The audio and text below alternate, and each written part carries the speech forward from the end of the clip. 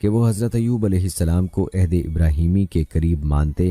اور کہتے ہیں کہ حضرت لوط علیہ السلام کے معاصر اور دین ابراہیمی کے پیرو تھے، اور نجار مصری سے بھی آگے بڑھ کر یہ دعویٰ کرتے ہیں کہ حضرت ایوب علیہ السلام کا زمانہ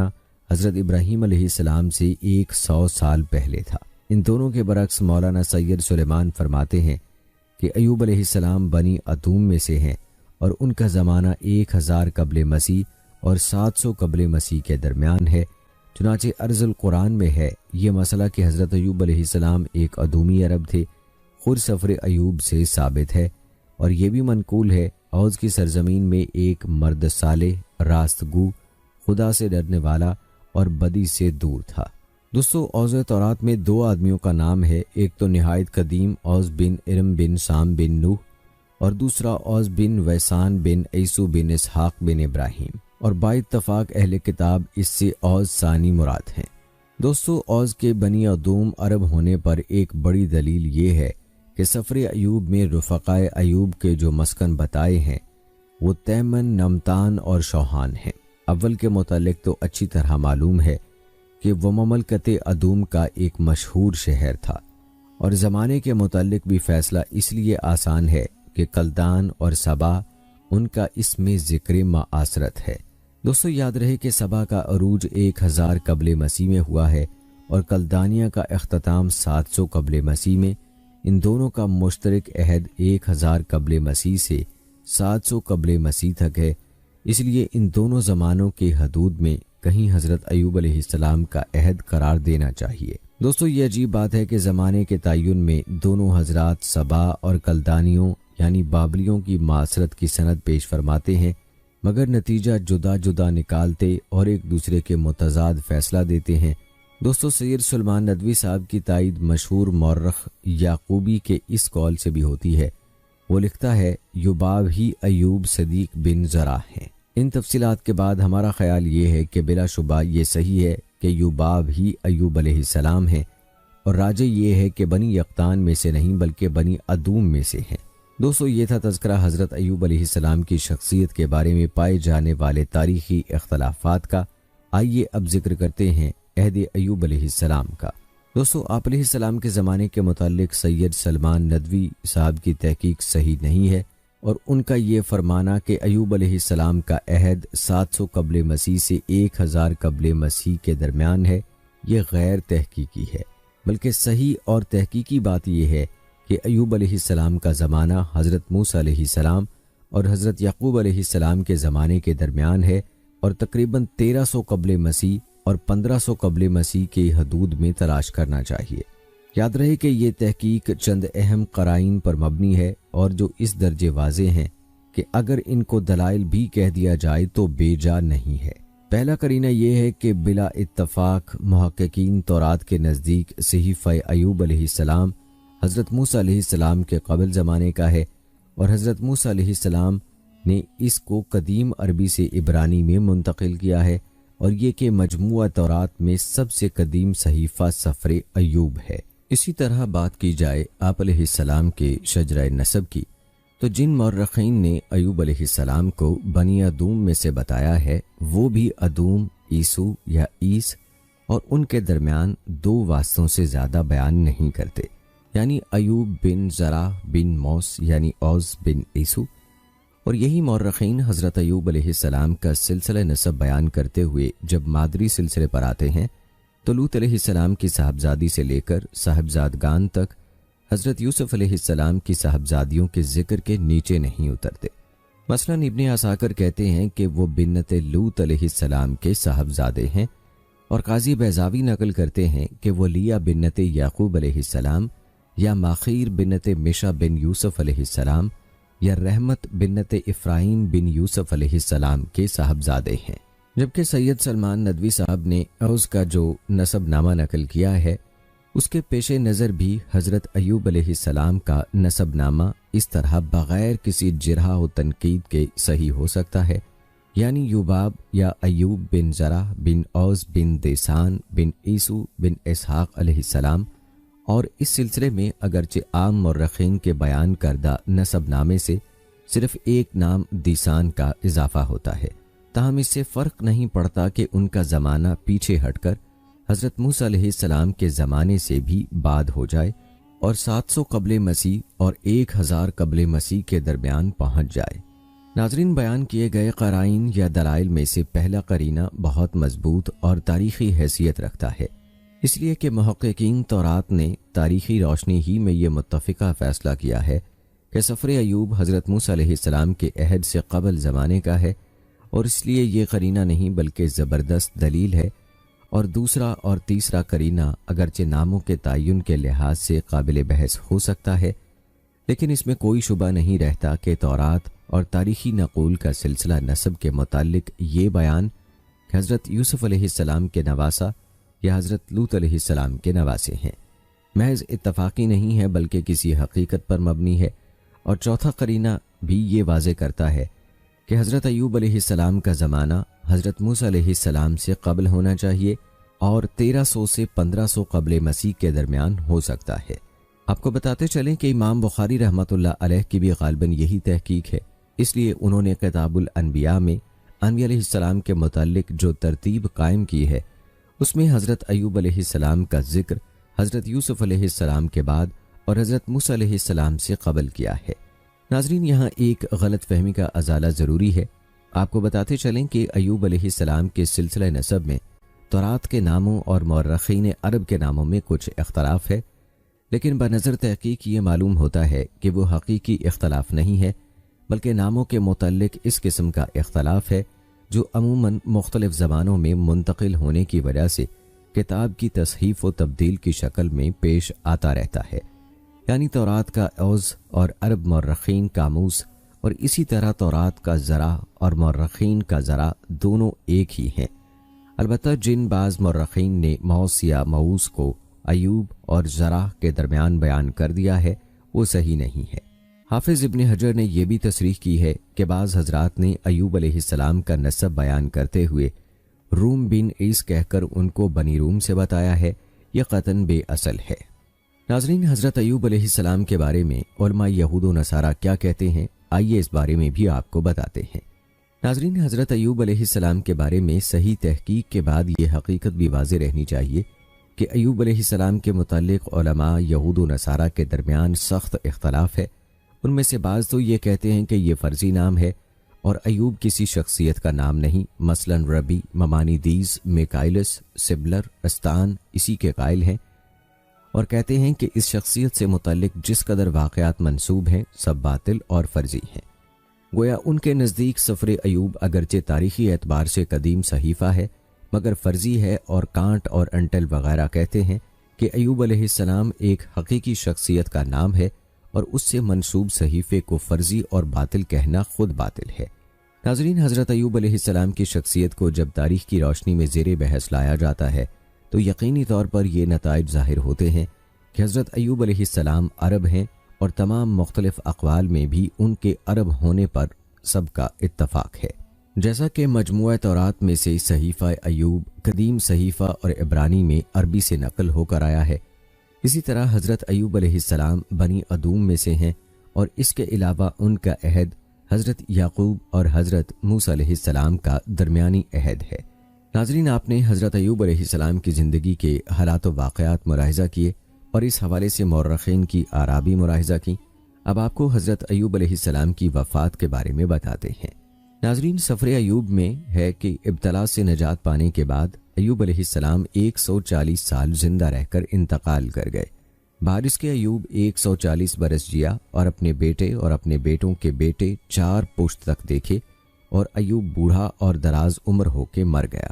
ابن جریر طبری اور دیگر مورخین کے مطابق وفات کے وقت ایوب علیہ السلام کی عمر تقریباً 93 سال تھی، اور بعض کے خیال میں اس سے بھی زائد تھی۔ ناظرین، آخر میں آپ کو حضرت ایوب علیہ السلام کے واقعے میں موجود عبرتوں کے بارے میں بتاتے ہیں۔ ناظرین، حضرت ایوب علیہ السلام کے واقعے میں صبر و ضبط، استقلال و استقامت اور مصائب و بلایا میں شکر و سپاس گزاری کے جو اسرار اور حکمتیں موجود ہیں وہ اہل بصیرت کے لیے درس عبرت ہیں۔ بندگان خدا میں سے جس کو خدا تعالیٰ کے ساتھ جس قدر تقرب حاصل ہوتا ہے اسی نسبت سے وہ بلایا و مصائب کی بھٹی میں زیادہ تپایا جاتا ہے، اور جب وہ ان کے پیش آنے پر صبر و استقامت سے کام لیتا ہے تو وہی مصائب اس کے درجات تقرب کی رفت و بلندی کے سبب بن جاتے ہیں۔ چنانچہ اس مضمون کو نبی اکرم صلی اللہ علیہ وآلہ وسلم نے ان الفاظ میں ارشاد فرمایا، مصائب میں سب سے زیادہ سخت امتحان انبیاء علیہ السلام کا ہوتا ہے، اس کے بعد صلحاء کا نمبر ہے اور پھر حسب مراتب و درجات۔ ایک اور روایت میں ہے، انسان اپنے دین کے درجات کے مناسب آزمایا جاتا ہے، پس اگر اس کے دین میں پختگی اور مضبوطی ہے تو وہ مصیبت کی آزمائش میں بھی دوسروں سے زیادہ ہوگا۔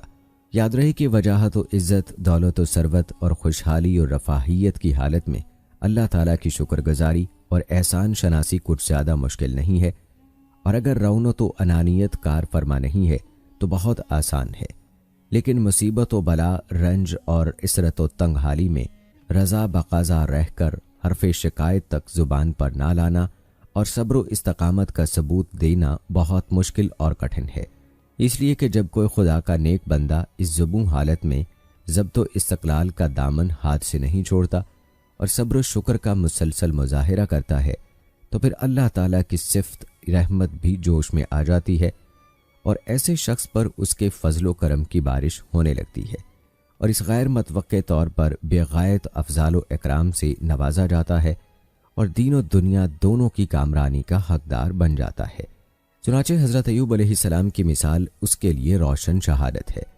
انسان کو چاہیے کہ کسی حالت میں بھی خدا تعالیٰ کی رحمت سے نا امید نہ ہو، اس لیے کہ قنوطیت کفر کا شیوا ہے،